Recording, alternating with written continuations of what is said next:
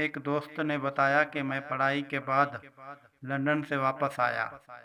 سارا دن گھر پر پڑا رہتا تھا۔ ایک دن میری والدہ نے مجھ سے کہا، دوڑ کر جاؤ اور ہمسایوں سے تھوڑا سا نمک مانگ کر لے آؤ۔ میں نے حیرت سے ماں کی طرف دیکھا اور کہا، امی جی، آپ کل ہی نمک لے کر آئی ہے۔ وہ کہا گیا، اور دوسرا، اللہ کا ہم پر بڑا احسان، بڑا کرم ہے۔ ہم ہمسایوں سے نمک کیوں مانگ رہے ہیں؟ میری ماں نے ہنس کر کہا، تم پہلے نمک لے کر آؤ، میں تمہیں پھر بتاؤں گی۔ میں برا سا منہ بنا کر چلا گیا۔ ہمارا ہمسایہ بہت غریب تھا۔ اس کا دروازہ تک ٹوٹا ہوا تھا۔ میں نے اس کی کنڈی بجائی، خاتون خانہ باہر آئی۔ میں نے اسے سلام کیا اور بتایا، میں آپ کے ہمسائے خواجہ صاحب کا بیٹا ہوں، لندن سے آیا ہوں۔ میری والدہ کو تھوڑا سا نمک چاہیے، اگر ہو سکے تو آپ دے دیجئے۔ خاتون نے چہرے پر مسکراہٹ آ گئی۔ خاتون کے چہرے پر مسکراہٹ آ گئی۔ وہ اندر گئی، چھوٹی سی کٹوری میں تھوڑا سا نمک ڈال کر لے آئی اور مسکرا کر بولی، بیٹا، امی کو میرا سلام کہنا، اور پھر کہنا، آپ کو اگر مزید بھی کسی چیز کی ضرورت ہو تو آپ منگوا لیجئے گا۔ میرے پاس آج فریش بھنڈیاں بھی ہے۔ میں نے اس کا شکریہ ادا کیا اور نمک لے کر آ گیا۔ میں والدہ سے بہت ناراض تھا۔ مجھے نمک مانگتے ہوئے بڑی شرم آئی تھی۔ میری والدہ نے مجھے دیکھ کر کہکہا لگایا اور میرے سر پر ہاتھ پھیر کر بولی، بیٹا، یہ لوگ غریب ہیں، یہ روز مجھ سے کھانے کی کوئی نہ کوئی چیز مانگتے ہیں۔ ان کے بچے شروع میں جب ہمارا بیل بجاتے تھے تو مجھے ان کی آنکھوں میں شرمندگی اور بے عزتی محسوس ہوتی تھی۔ میں نے انہیں شرمندگی سے نکالنے کے لیے یہ طریقہ ایجاد کیا ہے۔ میں ہر دوسرے دن ان سے کوئی نہ کوئی چیز مانگتی رہتی ہوں۔ کبھی نمک مانگ لیتی ہوں، کبھی مرچ کے لیے کسی کو بھجوا دیتی ہوں، اور کبھی دوپٹہ، چادر یا بالٹی مانگ لیتی ہوں۔ میرے مانگنے کی وجہ سے یہ کمفرٹیبل ہو جاتے ہیں اور ان کو جو بھی چیز چاہیے ہوتی ہے یہ ہم سے بے دھڑک لے لیتے ہیں۔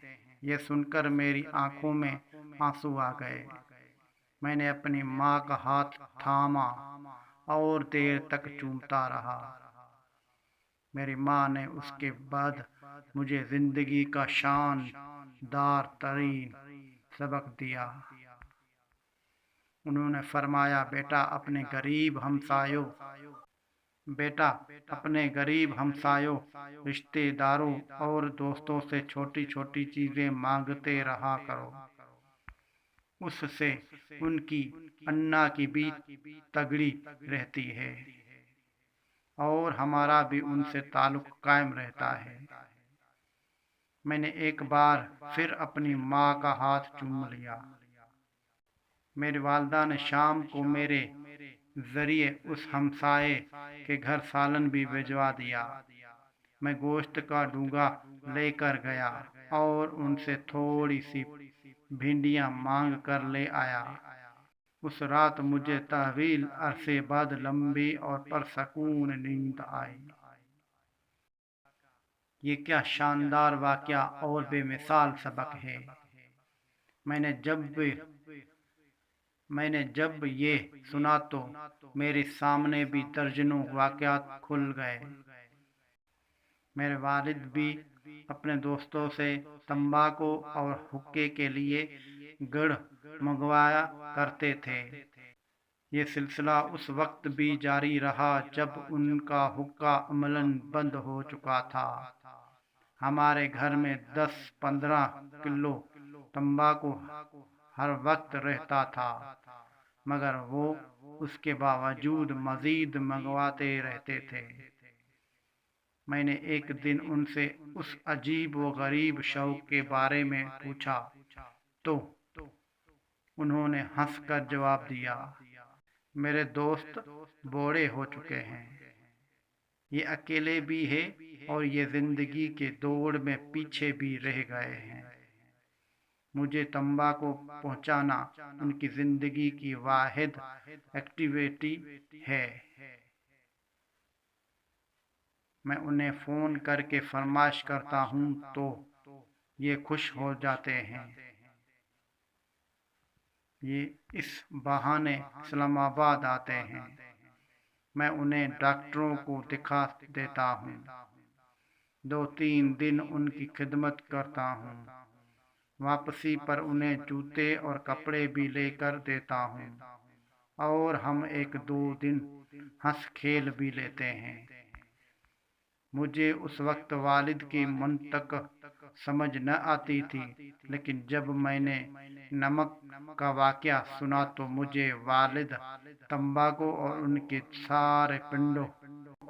کے سارے پنڈو دوست یاد آ گئے، اور پھر میں دیر تک سوچتا رہا ہمارے بزرگ نسل کتنی شاندار اور وسیع القلب تھی کہ کس طرح لوگوں کو اپنے ساتھ جوڑ کر رکھتے تھے، جبکہ ہم تقسیم در تقسیم نسل ہے۔